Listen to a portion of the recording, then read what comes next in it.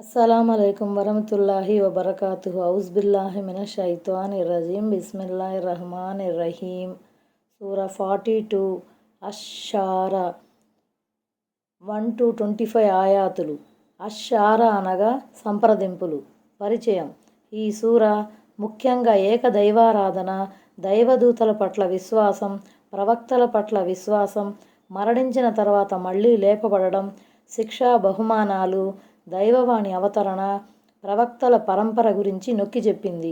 ఈ సూరాలోని 38వ ఆయత్లో వచ్చిన సంప్రదింపుల గురించిన ప్రస్తావన ఆధారంగా దీనికి ఈ పేరు పెట్టడం జరిగింది. ఈ సూర దివ్య ఖురాన్ ముఖ్య లక్షణాలను వివరించింది. ఈ దివ్య గ్రంథాన్ని అల్లాహ్ అవతరింపజేశాడు. మానవాళికి కారుణ్యంగా, మార్గదర్శకంగా, హెచ్చరికగా దీనిని అవతరింపజేశాడు. దివ్య ఖురాన్ మనిషికి రుజుమార్గాన్ని చూపిస్తుంది. అన్ని కాలాల్లోనూ అన్ని జాతుల వారికి ఇదే ధర్మాన్ని పంపించడం జరిగిందని ఈ సూరా తెలియజేసింది.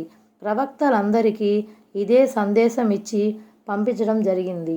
అల్లాహ్ను మాత్రమే ఆరాధించాలని, ఆయనకు భాగస్వాములుగా ఎవరిని నిలబెట్టరాదని బోధించడం జరిగింది. ప్రవక్త ముహమ్మద్ సల్లల్లాహు సల్లంను ఉద్దేశించి దృఢ చిత్తంతో స్థిరంగా నిలబడాలని, సత్యానికి కట్టుబడాలని, లోకుల మనోవాంఛలను అనుసరించరాదని, ప్రజలను సత్యం వైపునకు ఆహ్వానించాలని బోధించడం జరిగింది. విశ్వాసులకు తీర్పు దినం నాటి గడ్డు పరిస్థితి గురించి స్పృహ ఉందని, లెక్కల గడియ గురించి వారు భయపడుతున్నారని, ఆ రోజు కోసం ఏర్పాట్లు చేసుకోవడానికి శ్రమిస్తున్నారని, పరలోకంలో బాధాకరమైన శిక్షను తప్పించుకోవడానికి ప్రయత్నిస్తున్నారని వ్యాఖ్యానిస్తూ, అవిశ్వాసులు మాత్రం తీర్పు దినాన్ని నిరాకరిస్తున్నారని, అత్యంత ముఖ్యమైన ఆ వాస్తవాన్ని ఎగతాళి చేస్తున్నారని నిరసించింది. తీర్పు దినాన్ని అపహసిస్తూ అది నిజంగా వస్తుందా, అయితే రానివ్వు అంటూ వ్యాఖ్యానించడాన్ని ఈ సూరా ప్రస్తావించింది. అల్లాహ్ ఆకాశాలను, భూమిని సృష్టించాడు. ప్రజలు అన్ని ఆశలు వదులుకున్న తర్వాత కూడా ఆయన ఆకాశం నుంచి వర్షాన్ని కురిపిస్తున్నాడు. ఆయన జంతువులను సృష్టించి అవి ఎల్లడలా విస్తరించేలా చేశాడు. సముద్రాలలో తేలియాడే కొండల మాదిరి నౌకలు, వాటిని నడిపే గాలులు అన్నీ ఆయన అనుగ్రహమే. ఆకాశాలు, భూమి అన్నీ ఆయన నియంత్రణలోనే ఉన్నాయి. ఆయన తన అభీష్టం ప్రకారం తల్లిదండ్రులకు కేవలం కుమారులను లేదా కేవలం కుమార్తెలను లేదా కుమారులు కుమార్తెలను ప్రసాదిస్తాడు. ఆయన తలచిన వారికి సంతానం లేకుండా చేస్తాడు. 1 and 2 హామీం ఐన్ సీన్ కాఫ్. ఆయత్ నంబర్ 3.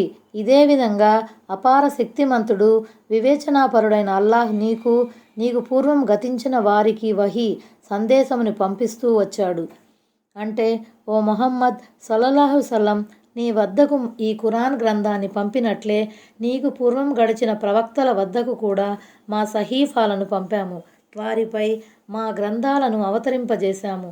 వహీ అంటే దైవదూత ద్వారా దైవ ప్రవక్త వద్దకు దేవుడు పంపే వాణి అని అర్థం. వహీ అవతరించినప్పుడు పరిస్థితి ఎలా ఉంటుంది అన్న ఒక సహచరుని ప్రశ్నకు సమాధానమిస్తూ మహాప్రవక్త సల్లల్లాహు సల్లం ఇలా అన్నారు: ఒక్కోసారి గంట మ్రోగినట్లు శబ్దం వస్తుంది. ఈ రకమైన వహీ నా పాలిట చాలా కఠినంగా ఉంటుంది. దైవవాణి ముగిసేసరికే అది నాకు కంఠస్థం అయిపోతుంది. ఒక్కోసారి దైవదూత మానవాకారంలో వస్తాడు, నాతో ముఖాముఖి సంభాషిస్తాడు. అతను చెప్పినదంతా నేను జ్ఞాపకం చేసుకుంటాను. వహీ దైవవాణి అవతరించినప్పుడు మహాప్రవక్త సల్లల్లాహు సల్లం చెందే అనుభూతిని వర్ణిస్తూ హజ్రత్ ఆయిషా రజియల్లాహు అన్హా ఇలా అన్నారు: దైవవాణి వచ్చినప్పుడు నేను దైవ ప్రవక్త సల్లల్లాహు సల్లంను చూసేదాన్ని. తీవ్రమైన చలికాలంలో సైతం ఆయన సల్లల్లాహు సల్లం శరీరానికి చెమట పట్టేది. ఆయన నుదుటిపై నుంచి చెమట బిందువులు రాలుతూ ఉండేవి. ఆయత్ నంబర్ 4. ఆకాశాలలో, భూమిలో ఉన్నవన్నీ ఆయనవే. ఆయన మహోన్నతుడు, చాలా గొప్పవాడు. ఆయత్ నంబర్ 5. ఆకాశం వారిపై నుంచి పగిలి పడిపోవటానికి సిద్ధంగా ఉన్నట్లే ఉంది. మరి దైవదూతలంతా స్తోత్ర సమేతంగా తమ ప్రభువు పవిత్రతను కొనియాడుతున్నారు. భూవాసుల మన్నింపు కోసం వారు వేడుకుంటున్నారు. విన్నావా? నిస్సందేహంగా అల్లాహే క్షమించేవాడు, కృపాకరుడు. అల్లాహ్ ఔన్నత్యం, ఆయన ప్రతాపం మూలంగా. మోమిన్ సూరా 7వ ఆయతులో కూడా ఈ విషయం వచ్చింది. తన స్నేహితుల విధేయుల ఎడల దయాశీలి, లేక సమస్త మానవుల పాలిట దయాశీలి. ఎందుకంటే అవిధేయులను, అవిశ్వాసులను వారి తప్పులపై వెంటనే పట్టుకోకుండా ఒక నిర్ణీత కాలం వరకు గడువు ఇవ్వటం కూడా ఆయన క్షమాగుణానికి, దయా స్వభావానికి తార్కాణమే కదా. ఆయత్ నంబర్ 6. ఆయన్ని వదిలి ఇతరులను సంరక్షకులుగా చేసుకున్న వారిని అల్లాహ్ కనిపెట్టుకునే ఉన్నాడు. వాళ్ళ వ్యవహారాలకు నువ్వు బాధ్యుడవు కావు. అంటే ఆయన వారి కర్మల చిట్టాలను భద్రపరుస్తున్నాడు. వాటిని బట్టి వారి వ్యవహారాన్ని తేలుస్తాడు. వారికి సద్బుద్ధినిచ్చి సన్మార్గాన పడవేసే బాధ్యత నీపై లేదు. వారి పాపాల ఆధారంగా వారిపై శిక్షను అవతరింపజేయటం కూడా నీ పని కాదు. ఆ పనులన్నీ మేము చూసుకుంటాము. మా సందేశాన్ని చేరవేయటం వరకే నీ పని అని అల్లాహ్ తన ప్రవక్తకు చెప్పాడు. ఆయత్ నంబర్ 7.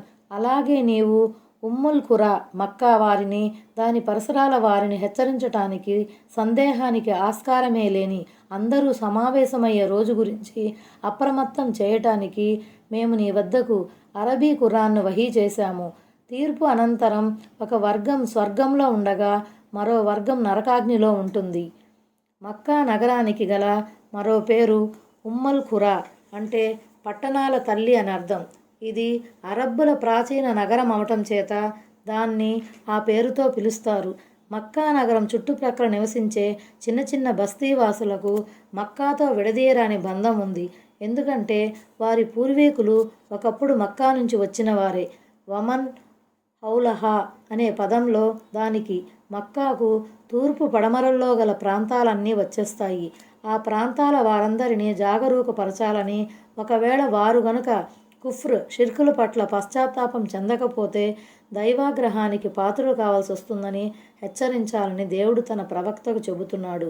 ప్రళయ దినాన్ని అందరూ సమావేశమయ్యే రోజు అని అనటంలోని మర్మం ఏమిటంటే, ఆ రోజు అన్ని తరాలకు, అన్ని కాలాలకు చెందిన మనుషులంతా ఒక చోట చేరతారు. అలా సమావేశమయ్యే వారిలో దౌర్జన్యపరులు, బాధితులు, విశ్వాసులు, అవిశ్వాసులు కూడా ఉంటారు. అందరికీ వారి వారి కర్మలను బట్టి ప్రతిఫలం ముడుతుంది. ప్రతి ప్రవక్తను కూడా మేము ఆయా జాతుల వారు మాట్లాడే భాషలోనే సంభాషించేలా చేసి పంపినట్లే నీకు కూడా అరబ్బీ ఖురాన్ను ప్రసాదించాము. ఎందుకంటే నువ్వు అరబ్బుల మధ్య ప్రభవింపజేయబడ్డావు. వారు మాట్లాడేది, అర్థం చేసుకునేది అరబ్బీ భాషే. దైవాజ్ఞలను పాలించి దేవుడు నిషేధించిన విషయాలకు దూరంగా ఉన్నవారు స్వర్గానికి పోతారు. ఆజ్ఞోల్లంఘనకు పాల్పడి అధర్మ కార్యాలకు ఒడిగట్టిన వారంతా నరకాగ్నికి ఆహుతవుతారు. ఆనాడు ఉండేది ఈ 2 వర్గాల వారే. మూడో వర్గం అనేది ఉండదు. ఆయత్ నంబర్ 8. అల్లాహే గనక తలుచుకుంటే వారందరినీ ఒకే సముదాయంగా చేసి ఉండేవాడు. అయితే ఆయన తాను తలచిన వారిని తన కారుణ్యంలోకి తీసుకుంటాడు. దుర్మార్గులను కాపాడేవాడు, సహాయపడేవాడెవడూ ఉండడు. ఒకవేళ అల్లాహ్ గనక అందరినీ ఒకే సముదాయంగా చేసి ఉంటే తీర్పు దినాన అందరూ స్వర్గానికి అర్హులయ్యేవారు. కానీ అందరినీ వారికి ఇష్టమున్నా ఇష్టం లేకపోయినా బలవంతంగా మెడలు వంచడం దైవాభిమతం కాదు. పైగా ఆయన మానవులను పరీక్షించే నిమిత్తం ఎంపిక స్వేచ్ఛను వసగాడు. ఈ స్వేచ్ఛాధికారాన్ని సద్వినియోగం చేసుకున్నవాడు దైవ కారుణ్యానికి పాత్రుడవుతాడు. మరెవరైతే ఈ స్వేచ్ఛను దుర్వినియోగపరిచాడో అతడు అన్యాయం చేశాడు. దేవుడిచ్చిన స్వేచ్ఛను దేవుని అవిధేయతకై ప్రయోగించాడు. కాబట్టి ఇలాంటి దుర్మార్గులను తీర్పు దినాన ఆదుకునేవాడెవడూ ఉండడు. ఆయత్ నంబర్ 9. ఏమిటి, వారు అల్లాహ్ను వదిలి ఇతరుల్ని తమ కార్య సాధకులుగా చేసుకున్నారా? యథార్థం ఏమిటంటే అల్లాహే కార్యసాధకుడు. ఆయనే మృతులను బ్రతికిస్తాడు. ఆయన ప్రతిదానిపై అధికారం కలవాడు. మరి ఇదంతా మీకు తెలిసినప్పుడు మీరు అల్లాహ్ను మాత్రమే మీ కార్య సాధకునిగా ఆశ్రయించాలి. అన్యులకు ఏ శక్తి లేదు. మొరలను ఆలకించి ఆమోదించే శక్తి కానీ, లాభ నష్టాలను చేకూర్చే శక్తి కానీ దైవేతరులకు లేదు. ఆయత్ నంబర్ 10. ఏ విషయంలో మీరు విభేదించారో దానికి సంబంధించిన తీర్పు అల్లాహ్కే అప్పగించబడుతుంది. ఈ అల్లాహే నా ప్రభువు, ఆయన్నే నేను నమ్ముకున్నాను, ఆయన వైపునకే నేను మరలుతున్నాను అని ఓ ప్రవక్త నువ్వు వారికి చెప్పు. ఇక్కడ విభేదం అంటే ధార్మికమైన విభేదం అన్నమాట. యూదుల్లో, క్రైస్తవుల్లో, ముస్లింలలో ధర్మసమ్మతమైన విషయాలలో భిన్నాభిప్రాయాలున్నట్లే ప్రతి మతస్థుడు తన మతమే సరైనదని, సత్యమని వాదిస్తాడు. మరి వాస్తవానికి ఒకే సమయంలో అన్ని మతధర్మాలు సరైనవి కాజాలవు. సరైన సత్యమైన ధర్మం ఒక్కటే కాగలదు. సత్యధర్మమేదో సన్మార్గమేదో తెలుసుకోవటానికి దివ్య గ్రంథమైన ఖురాన్ మన మధ్య ఉండనే ఉంది. కానీ దాన్ని దైవ గ్రంథంగా మార్గదర్శినిగా మనం అంగీకరిస్తే కదా. మనం గనక ఈ వ్యవహారంపై ఏకాభిప్రాయానికి రాలేకపోతే ఇక దానికి సంబంధించిన తీర్పు జరగాల్సింది దైవ సమక్షంలోనే. ప్రళయ దినాన అల్లా తన మధ్య గల అభిప్రాయ భేదాలన్నింటిపై తీర్పు చేస్తాడు. ఆఖరికి సత్యవంతులకు స్వర్గంలో ప్రవేశం కల్పించి అసత్యవాదులను నరకం వైపుకు దారి చూపిస్తాడు. ఆయత్ నంబర్ 11. భూమ్యాకాశాలను పుట్టించినవాడు ఆయనే. ఆయన మీకోసం మీ నుండే మీ జతలను చేశాడు, పశువుల జతలను కూడా చేశాడు. ఈ విధంగా ఇలలో మిమ్మల్ని వ్యాపింపజేస్తున్నాడు. ఆయన్ని పోలిన వస్తువేదీ లేదు. ఆయన వినేవాడు, చూచేవాడు. దేవుని మహోపకారాలలో ఇదొకటి. ఆయన మీ సౌఖ్యం కోసం ఎక్కడి నుంచో ఎవరి నుంచో కాకుండా ఖుద్దుగా మీ నుంచే మానవ జాతి నుండే మీ జంటలను సృజించాడు. మీ భార్యలు లేక మీ భర్తలు మనుషుల్లో నుంచి కాకుండా వేరితర ప్రాణులలో నుంచి చేసి ఉంటే మీకు సుఖ సౌఖ్యాలు ప్రాప్తించేవి కావు. అసలు మీ వ్యక్తిత్వమే ప్రశ్నార్థకమైపోయేది. ఈ సూత్రాన్నే దేవుడు పశువుల విషయంలో కూడా అవలంబించాడు. ఇక్కడ పశువులంటే అల్ అన్ఆమ్ సూరాలో పేర్కొనబడిన ఆడ మగ కలిపి 8 పశువులు. యజ్రవ్ అంటే వ్యాపింపజేయటం లేక సృజించటం అన్న అర్థం వస్తుంది. అంటే ఆయన మానవ సంతతిని ప్రపంచంలో చాలా ఎక్కువగా వ్యాపింపజేస్తున్నాడు, లేదా ఒక తరం తరువాత మరో తరాన్ని ఉనికిలోనికి తీసుకువస్తున్నాడు. అలాగే మానవ జాతితో పాటు పశు సమృద్ధి కూడా జరుగుతూ ఉంది. ఈ సంతానోత్పత్తిలో కానీ ఆడామగల నిష్పత్తిలో కానీ అసాధారణమైన మార్పు వస్తే మీకు జతలు దొరకటం గగనమైపోతుంది. అందుకే తగు నిష్పత్తిలో దేవుడు ఆడామగలను సృజిస్తున్నాడు. ఉనికిలో కానీ గుణగుణాల రీత్యా కానీ ఆయన వంటి వారు ఎవరూ లేరు. ఆయన ఒక్కడు, అన్నింటికీ అతీతుడు. ఆయత్ నంబర్ 12. భూమ్యాకాశాల తాళం చెవులు ఆయనవే.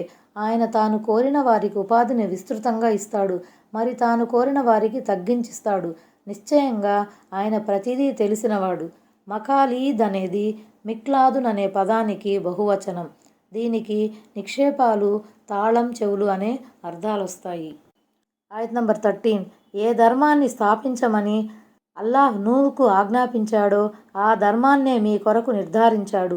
దానినే ఓ ముహమ్మద్ సల్లల్లాహు అలైహి వసల్లం మేము నీ వైపుకు వహీ ద్వారా పంపాము. దాని గురించే ఇబ్రహీముకు, మూసాకు, ఈసా అలైహిముస్సలాంకు కూడా తాకీదు చేశాము. ఈ ధర్మాన్నే నెలకొల్పాలని, అందులో చీలిక తీసుకురావద్దని వారికి ఉపదేశించాము. ఓ ముహమ్మద్ సల్లల్లాహు అలైహి వసల్లం నువ్వు ఏ విషయం వైపునకు వారిని పిలుస్తున్నావో అది బహుదైవారాధకులకు చాలా భారంగా తోస్తుంది. అల్లాహ్ తాను కోరిన వారిని తన కార్యం కొరకు ఎన్నుకుంటాడు. తన వైపు మరలేవానికి ఆయన సన్మార్గం చూపుతాడు. షరహ అంటే విశదీకరించాడు, స్పష్టపరిచాడు, నిర్ధారించాడు, ఖాయం చేశాడని భావం. లకుం అంటే మీకోసం అని అర్థం. మీకోసం అన్న పదంలో ముహమ్మద్ సల్లల్లాహు అలైహి వసల్లం అనుచర సమాజం అంతా వచ్చేస్తుంది. ఈ వాక్యం అర్థమేమిటంటే లోగడ ప్రవక్తలందరికీ ఏ ధర్మాన్నైతే నెలకొల్పమని దేవుడు ఆజ్ఞాపించాడో ఆ ధర్మాన్నే మీకోసం కూడా సమ్మతించి ఆమోదించాడు. ఈ పూర్వరంగంలో కొంతమంది గొప్ప ప్రవక్తల పేర్లను కూడా ప్రస్తావించాడు. అద్దీన్ అనే పదంలో అల్లాహ్పై విశ్వాసం, ఏకదైవారాధన, దైవ ప్రవక్త అనుసరణ, దేవుని శాసనాంగాన్ని శిరసావించడం మొదలగు అంశాలన్నీ ఇమిడి ఉన్నాయి. దైవ ప్రవక్తలంతా తమ జాతులు వారిని ఆహ్వానించింది ఈ ధర్మం, దీన్ వైపే. మేము మీలోని ప్రతి ఒక్కరికి ఒక షరియతును, ఒక జీవన మార్గాన్ని నిర్ణయించామన్న దైవ సూక్తిని అనుసరించి వివిధ షరియతుల మధ్య కొన్ని పాక్షికమైన, సాపేక్షికమైన విభేదాలు ఉన్నప్పటికీ పైన పేర్కొనబడిన మౌలికాంశాల రీత్యా సూత్రప్రాయంగా అందరి షరియతు మాత్రం ఒక్కటే. ఆ విషయాన్ని అంతిమ దైవ ప్రవక్త సల్లల్లాహు అలైహి వసల్లం వారు ఈ విధంగా చెప్పారు. దైవ ప్రవక్తల సమూహానికి చెందిన మేము సవతి సోదరులం. మా ధర్మం, జీవన విధానం మాత్రమే ఒక్కటే. దేవుని ఏకత్వం, దైవ ప్రవక్త మార్గానుసరణ దృష్ట్యా ఈ జీవన విధానంలో తేడా లేదు. కాకపోతే కొన్ని పాక్షిక విషయాల్లోనే భేదాభిప్రాయాలుంటాయి. ఆ విషయాలలో ఇజ్తిహాద్, షరియతు సూత్రాల అన్వయింపుకు ఆస్కారం మిగిలి ఉంటుంది. అయితే దేవుని ఏకత్వం, దైవ ప్రవక్త మార్గానుసరణ వంటి విషయాలు పాక్షికమైనవి కావు. ఇవి మౌలికాంశాలు, సైద్ధాంతిక విషయాలు. విశ్వాసం దాని మీదనే ఆధారపడి ఉంటుంది. కాబట్టి ఇలాంటి మౌలికాంశాల మీద రాజీ పడటానికి, ఇతరత్రా దారులు వెతకటానికి అవకాశం మిగిలి ఉండదు. ఒక్కడైన అల్లాహ్ను మాత్రమే ఆరాధించడం, ఆయనకు విధేయత చూపటం లేదా దైవ ప్రవక్తకు విధేయత చూపటం ఏకత్వానికి, సంఘటితత్వానికి అసలు ప్రాతిపదిక. ఈ ఏకత్వాన్ని కాదని ఇతరత్రా భాగస్వామ్యాల్ని ఆశ్రయిస్తే ధర్మంలో చీలిక వస్తుంది. ఎదర బ్రతుకంతా చిందరవందరవుతుంది.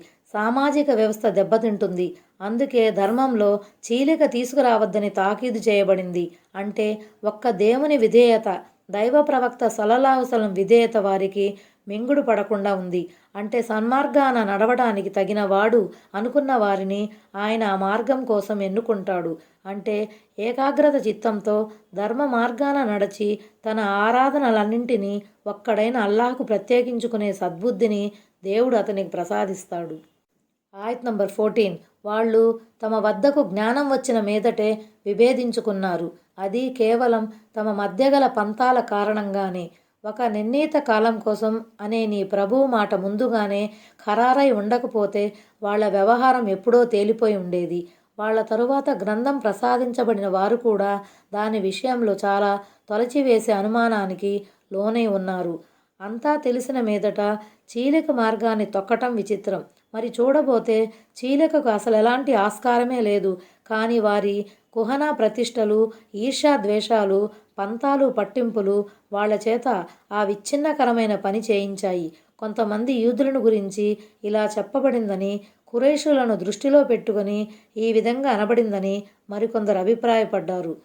వాళ్లకు కొంత గడువు ఇచ్చిన మీదట ఆలస్యంగా వాళ్ళ సంగతి తేల్చాలన్న విషయం ముందుగా ఖరారు కాకుండా ఉంటే ఈ పాటికి దేవుడు వారిపై శిక్షను పంపి వారి పనిపట్టి ఉండేవాడే. అంటే యూదులు క్రైస్తవులన్నమాట. వారు తమ పూర్వీకులైన యూదులకు, క్రైస్తవులకు వారసులయ్యారు. అంటే తౌరాతు, ఇంజీలు గ్రంథాలను అవలంబించేవారయ్యారు. లేదా ఖురాన్ గ్రంథం ఇవ్వబడిన అరబ్బులను ఉద్దేశించి కూడా ఈ విధంగా అనబడి ఉండవచ్చు. మొదటి అర్థంలో తీసుకుంటే ఇక్కడి అల్ కితాబ్ గ్రంథం అనే పదం తౌరాతు, ఇంజీలు గ్రంథాలకు వర్తిస్తుంది. రెండవ అర్థంలో తీసుకుంటే అది ఖురాన్కు వర్తిస్తుంది. ఆయత్ నంబర్ 15. కనుక ఓ ప్రవక్త, నువ్వు వారిని దాని వైపునకే పిలుస్తూ ఉండు. నీకు ఆదేశించబడిన దానిపై నిలకడగా ఉండు. వాళ్ళ మనోవాంఛలకు అనుగుణంగా మాత్రం నడవకు. వాళ్లకు ఇలా చెప్పేయి, అల్లాహ్ అవతరింపజేసిన ప్రతి గ్రంథాన్ని నేను విశ్వసించాను. మీ మధ్య న్యాయం చేయాలని నాకు ఆజ్ఞాపించబడింది. అల్లాహే మా ప్రభువు, మీ ప్రభువు కూడాను. మా కర్మలు మావి, మీ కర్మలు మీవి. మాకు మీకు మధ్య ఎలాంటి వితండవాదానికి తావులేదు. అల్లాహ్ మనందరినీ సమావేశపరుస్తాడు. కడకు ఆయన వద్దకే మరలిపోవలసి ఉంది. అంటే ఆ సందేహాల స్వాములను, అనుమానాల అయ్యలను ఓ ముహమ్మద్ సల్లల్లాహు అలైహి వసల్లం, నువ్వు ఈ ధర్మం వైపే పిలుస్తూ ఉండు. ఏక దైవారాధన వైపునకు వారిని ఆహ్వానించు. నువ్వు సైతం ఆ బాటపై స్థిరంగా ఉండు. అంటే వాళ్ళ అడుగుజాడల్లో నడవకు. వాళ్ళు తమకిష్టం వచ్చిన రీతిలో ధర్మంలో కొత్త పుంతలు తొక్కారు. ఉదాహరణకు వారు విగ్రహారాధనను మొదలెట్టారు. కాబట్టి నువ్వు వాళ్ళ మాట వినకు, వాళ్ళ కోరికలను అనుసరించకు. అంటే మీరు ఎప్పుడూ ఏ తగాదాను నా దగ్గరకు తీసుకువచ్చినా దైవాజ్ఞలను అనుసరించే మీ మధ్య పరిష్కారం చేయాలని, మీకెలాంటి అన్యాయం చేయరాదని నాకు ఆజ్ఞాపించబడింది. అంటే ఎలాంటి గొడవకు, జగడానికి ఆస్కారం లేదు. ఎందుకంటే సత్యం తేటతెల్లమైపోయింది. ఆయత్ నంబర్ 16. ఎవరైతే అల్లాహ్ విషయాన్ని ప్రజలు ఒప్పుకున్న మీదట అందులో వివాదాన్ని మొదలెడతారో వారి పిడివాదం వారి ప్రభువు దృష్టిలో నిరర్ధకమైనది. వారిపై దేవుని ఆగ్రహం పడుతుంది. వారి కొరకు కఠినమైన శిక్ష ఉంది. అంటే దైవ ప్రవక్త సల్లల్లాహు అలైహి వసల్లం మాటను విని అతని మార్గాన నడిచే ముస్లింలతో ఈ బహుదైవారాధకులు జగడం చేస్తున్నారు. ఎలాగైనా వారిని సన్మార్గం నుంచి తప్పించాలన్నది వారి ఉద్దేశం. లేదా గ్రంథవహులైన యూదులు, క్రైస్తవులు ముస్లింలతో గొడవ పడుతున్నారు. మా ధర్మం మీ ధర్మం కన్నా మెరుగైనదని, మా ప్రవక్త మీ ప్రవక్త కన్నా ముందు వచ్చాడని, అందువల్ల మీకన్నా మేమే శ్రేష్ఠులమని వారంటున్నారు. దాహిజతున్ అంటే పేలవమైనది, నిరాధారమైనది, అర్థం లేనిది, పసలేనిది అని అర్థం. ఆయత్ నంబర్ 17. అల్లాహే గ్రంథాన్ని సత్యబద్ధంగా అవతరింపజేశాడు, త్రాసును కూడా అవతరింపజేశాడు. నీకేం తెలుసు, బహుశా ప్రళయం దగ్గర పడిందేమో.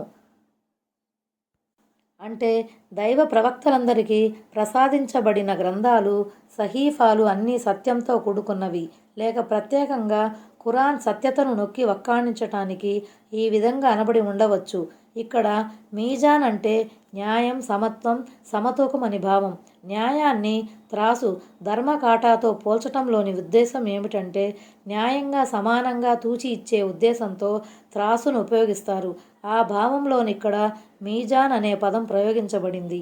మేము మా ప్రవక్తలకు స్పష్టమైన సూచనలిచ్చి పంపాము, మరి వారితో పాటు గ్రంథాన్ని, ధర్మకాటాను కూడా అవతరింపజేశాము, ప్రజలు న్యాయంపై స్థిరంగా ఉంటారని. అల్ హదీద్ 25. అలాగే ఆయనే ఆకాశాన్ని బాగా పైకెత్తాడు, ఆయనే త్రాసును స్థాపించాడు, తూకంలో మీరు హెచ్చుతగ్గులు చేయకుండా ఉండేందుకు, న్యాయంగా బరువును ఖచ్చితంగా తూయటానికి, తూకంలో తగ్గింపుకు పాల్పడకుండా ఉండటానికి అని ఆజ్ఞాపించబడింది. ఆ ప్రళయ గడియ దాపురించక ముందే మీ కర్మలను చక్కదిద్దుకోండి. ఆయత్ నంబర్ 18. దాన్ని నమ్మని వారే దాని గురించి ఆత్రం చేస్తున్నారు, దాన్ని నమ్మేవారు మాత్రం దానికి భయపడుతూ ఉన్నారు. అది రావటం సత్యమని, తథ్యమని వారికి తెలుసు. గుర్తుంచుకోండి, ఆ గడియ విషయంలో గోల చేసేవారు బహుదూరపు అపమార్గంలో పడి ఉన్నారు. అసలు అదెక్కడ వస్తుందిలే అనే వ్యంగ్య ధోరణి అందులో అంతర్లీనమై ఉంది. అందుకే వారు ప్రళయం గురించి మహా తొందర పెడుతున్నారు. ఎందుకంటే ఆ దినం ఏదో ఒకనాడు తప్పకుండా వస్తుందన్న దృఢ విశ్వాసం వారికి ఉంటుంది. ఆ రోజు ఖచ్చితంగా లెక్క తేల్చబడుతుందన్న భయం కూడా ఉంటుంది. తాము దేవునికి ఎక్కడ పట్టుబడతామోనన్న భీతితో వారు వణుకుతూ ఉంటారు. ఉదాహరణకు, వారు ఇవ్వగలిగినది ఇస్తూ ఉంటారు, అయినప్పటికీ వారి హృదయాలు తమ ప్రభువు వైపునకు మరలవలసి ఉందనే తలంపుతో వణుకుతూ ఉంటాయి. అల్ మోమినూన్ 60. యుమారూన అనేది ముమారాతున్ అన్న పదం నుంచి వచ్చింది. అంటే తగవు పెట్టుకోవటం, గోల పెట్టడం, తలా తోకా లేకుండా వాదించడం అని అర్థం. సంశయానికి, అనుమానానికి లోనవటం మిరియతున్ అనే అర్థంలో కూడా దీన్ని తీసుకుంటారు. ఎందుకంటే వారు దైవ సూచనలపై ఎన్నడూ చిత్తశుద్ధితో యోచన చేయరు. ఒకవేళ వారు యోచన చేసి ఉంటే పరిస్థితుల స్వరూపం మరో విధంగా ఉండేదేమో. మరి చూడబోతే అహోరాత్రులు ఈ నిదర్శనాలు వారి దృష్టికి వస్తూనే ఉంటాయి. కానీ గుణపాఠం నేర్చుకునే దృష్టితో చూస్తేగా. అందుకే వారు మార్గభ్రష్టత యొక్క ఆఖరి అంచులకు వెళ్ళిపోయారు. ఆయత్ నంబర్ 19. అల్లాహ్ తన దాసుల పట్ల ఎంతో మృదువుగా వ్యవహరిస్తాడు. తాను కోరిన వారికి విస్తృతంగా ఉపాధినిస్తాడు. ఆయన గొప్ప బలశాలి, ప్రాబల్యం కలవాడు. ఆయత్ నంబర్ 20. ఎవరైతే పరలోక పంటను ఆశిస్తాడో మేమతనికి అతని పంటలో సమృద్ధిని ఇస్తాము. మరెవరైతే ఇహలోక పంటను ఆశిస్తాడో అతనికి మేము అందులో నుంచే ఎంతో కొంత ఇస్తాము. ఇలాంటి వ్యక్తికి పరలోకంలో ఏ భాగమూ ఉండదు. హర్సున్ అంటే అసలు విత్తనం నాటడం అని అర్థం.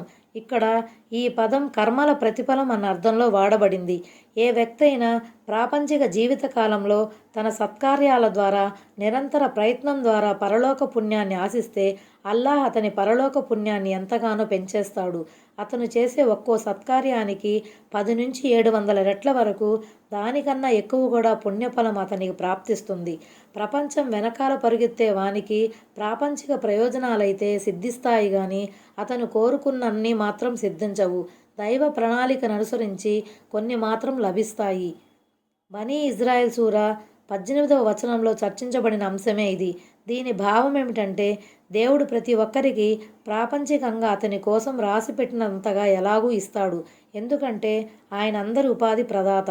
ప్రపంచాన్ని ఆశించే వారికైనా, పరలోకాన్ని కోరుకునే వారికైనా ప్రపంచంలో లభించవలసినంత ఉపాధి తప్పకుండా లభిస్తుంది.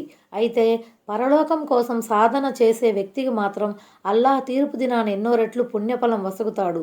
కాగా ప్రపంచం వెనకాల పరిగెత్తిన వ్యక్తికి పరలోకంలో నరకమే గతి. కాబట్టి ప్రపంచాన్ని ఆశించటంలో మేలుందో, పరలోకాన్ని ఆశించటంలో మేలుందో ఇక ఆలోచించాల్సిన బాధ్యత మనిషిది. ఆయత్ నంబర్ 21. ఏమిటి? అల్లాహ్ అనుమతితో నిమిత్తం లేకుండానే తమ కోసం ఏవైనా ధర్మాదేశాలను నిర్ధారించి అల్లాహ్ భాగస్థులను గాని వారు కలిగి ఉన్నారా? తీర్పుకు సంబంధించిన మాటే గనక ఖరారై ఉండకపోయినట్లయితే వీళ్ల మధ్య ఇప్పుడే వ్యవహారం తేల్చివేయబడేది. నిజానికి ఇలాంటి దుర్మార్గుల కోసమే వ్యధాభరితమైన శిక్ష ఉన్నది. అంటే అల్లాహ్ ఆజ్ఞాపించని షిర్కును, పాప కార్యాలను చేసేందుకు వారి భాగస్వాములు వారికి అనుమతి ఇచ్చారా? ఆ మేరకు లైసెన్సులు ఇవ్వటానికి ఏదైనా సరికొత్త విధానాన్ని ఆమోదించారా? ఆయత్ నంబర్ 22. ఈ దుర్మార్గులు తాము చేసుకున్న దానిపై భయపడటం నువ్వు చూస్తావు. అది ఆ పాపం వారిపై పడి తీరుతుంది. మరెవరైతే విశ్వసించి సత్కార్యాలు చేశారో వారు స్వర్గవనాలలో ఉంటారు. వారు కోరినదల్లా వారికి వారి ప్రభువు వద్ద లభిస్తుంది. అదే అసలు గొప్ప అనుగ్రహం. అంటే ప్రళయ దినాన వారికి పట్టే దుర్గతిని నువ్వే చూద్దువు గాని. ఆనాడు వారు ప్రాయశ్చిత్తం చెందటం వల్ల వారికి ఒరిగేదేమీ ఉండదు. ఎందుకంటే ఎట్టి పరిస్థితుల్లోనూ శిక్షను అనుభవించవలసిందే. ఆయత్ నంబర్ 23.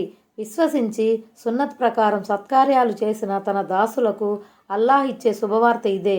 ఓ ప్రవక్త, వారికి చెప్పు, దీనికి గాను నేను మీ నుండి ఎలాంటి ప్రతిఫలాన్ని అడగటం లేదు, కానీ బంధుత్వ ప్రేమను మాత్రం కోరుతున్నాను. ఎవడైనా మంచి చేస్తే మేమతని మంచిలో మరింత వృద్ధినిస్తాము. నిశ్చయంగా అల్లాహ్ అపారంగా మన్నించేవాడు, సేవలకు తగ్గ గుర్తింపునిచ్చేవాడును. ఖురైషు తెగలకు దైవ ప్రవక్త సల్లల్లాహు సల్లంకు మధ్య బంధుత్వ సంబంధం ఉండేది. ఈ ఆయతు భావం సుస్పష్టమే. ప్రవక్త సల్లల్లాహు సల్లం అభ్యర్థనలోని అంతరార్థం ఇది. సందేశం ఇస్తున్నందుకు నేను మీ నుండి ఎలాంటి వేతనాన్ని, కూలిని అడగటం లేదు. అయితే మీకు నాకు మధ్య గల బంధుత్వాన్ని దయచేసి దృష్టిలో పెట్టుకోండి. మీరు నా పిలుపును శిరసావించకపోతే పోనివ్వండి, కానీ నాకు అపకారం మాత్రం తలపెట్టకండి. మీరు నాకు చేదోడు వాదోడుగా ఉండకపోతే మీ ఇష్టం, కానీ మీ బంధుత్వ సంబంధాల దృష్ట్యా అడుగడుగున నాకు అడ్డంకులు మాత్రం సృష్టించకండి. హజ్రత్ ఇబ్న్ అబ్బాస్ రజియల్లాహు అన్హు ఈ వాక్యానికి తాత్పర్యంగా ఇలా అన్నారు: మీకు నాకు మధ్య గల ఆత్మీయత బంధుత్వ సంబంధంను కనీసం కొనసాగనివ్వండి. దైవ ప్రవక్త సల్లల్లాహు సల్లం వారి వంశం ముమ్మాటికి ఉత్తమ వంశమే. ఆ వంశం పట్ల గౌరవాదరణలను కలిగి ఉండటం, ప్రేమాభిమానాలను వ్యక్తపరచడం ఈమాన్, విశ్వాసంలో అంతర్భాగమే. ఇందులో సందేహానికి ఆస్కారమే లేదు. ఆ మేరకు దైవ ప్రవక్త సల్లల్లాహు సల్లం వారు సైతం తన అనుచర సమాజానికి గట్టిగా తాకీదు చేశారని హదీసుల ద్వారా రూఢీ అవుతుంది. అయితే షియా వర్గీయులు ఈ ఆయతును మహాప్రవక్త సల్లల్లాహు సల్లం సంతతితో జోడించటం సరైనది కాదు. మరి ఆ సంతతిని కూడా వారు హజ్రత్ అలీ, ఫాతిమా, హసన్, హుసైన్లకే పరిమితం చేశారు. అంతేకాదు, ప్రేమాభిమానాల పేరుతో వారు వారిని దైవిక గుణాలను సంతరించుకున్న వారుగా అభివర్ణించారు. అదలా ఉంచితే బంధుత్వ సంబంధాలను ఖాతరు చేయమని మహాప్రవక్త సల్లల్లాహు సల్లం మక్కాలోని ఖురైషులను కోరినప్పుడు హజ్రత్ అలీ, ఫాతిమాల వివాహమే కాలేదు. మరలాంటప్పుడు ఈ ఆయతును మహాప్రవక్త సల్లల్లాహు సల్లం వారసులకు అన్వయింపజేయటంలో అర్థమే లేదు కదా. అంటే అతని పుణ్యఫలాన్ని ఎన్నో రెట్లు పెంచుతాము, లేదా ఒక సత్కార్యం తర్వాత మరెన్నో సత్కార్యాలు చేసే సద్బుద్ధిని అతనికి వసుగుతాము. అందుకే ఆయన తన దాసుల లోపాలను మరుగుపరుస్తూ వారిని మన్నిస్తూనే వారు చేసిన కొద్దిపాటి మంచి ఎన్నో రెట్ల ప్రతిఫలం ఇచ్చి ప్రోత్సహిస్తాడు. అంటే ఓ ప్రవక్త, ఆయత్ నంబర్ 24. ఏమిటి, ఇతను దైవ ప్రవక్త సల్లల్లాహు సల్లం అల్లాహకు వ్యతిరేకంగా అబద్ధం కల్పించాడని వారంటున్నారా? అల్లాహే గనక తలిస్తే నీ హృదయానికి సీలు వేస్తాడు. అల్లాహ్ అసత్యాన్ని చెరిపివేసి సత్యాన్ని తన వచనాల ద్వారా సత్యంగా నిలిపి ఉంచుతాడు. ఆయన ఆంతర్యాల్లో దాగి ఉన్న విషయాలను సైతం ఎరిగినవాడు. అంటే ఓ ప్రవక్త, నీపై వారు చేస్తున్న ఆరోపణలో ఏమాత్రం నిజమున్నా మేము నీ హృదయానికి తాళం వేసి ఉండేవారం. ఆ విధంగా నువ్వు శాశ్వతంగా ఖురాన్ జ్ఞానానికి నోచుకోకుండా పోయేవాడివి. అంటే మేము నిన్ను కఠినంగా శిక్షించేవారము. ఈ అసత్యాగ్రేసరులు నిందిస్తున్నట్లుగా ఈ ఖురాన్ గనక అసత్యమై ఉంటే దేవుడు శాశ్వతంగా దీనిని రూపుమాపి ఉండేవాడు. ఆయత్ నంబర్ 25. ఆయనే తన దాసుల పశ్చాత్తాపాన్ని స్వీకరిస్తాడు, వారి తప్పులను మన్నిస్తాడు. మీరు చేసేదంతా ఆయనకు తెలుసు. పశ్చాత్తాపం, తౌబా అంటే జరిగిన తప్పులపై, పాపకార్యాలపై సిగ్గుతో కుమిలిపోవటం, ఇక మీదటి ఎన్నడూ వాటి జోలికి పోవని దృఢంగా సంకల్పించుకోవటం. కేవలం నోటితో పశ్చాత్తాపం ప్రకటించినంత మాత్రాన, రెండు చేతులతో లెంపలేసుకున్నంత మాత్రాన అది నిజమైన పశ్చాత్తాపం అయిపోదు. పైగా అదొక ప్రహసనం అవుతుంది. సిసలైన పశ్చాత్తాపాన్ని, తౌబతున్న సూహాను అల్లాహ్ ఎంతగానో ఇష్టపడతాడు. అస్సలాము అలైకుం వరహమతుల్లాహి వబర్కాతుహు.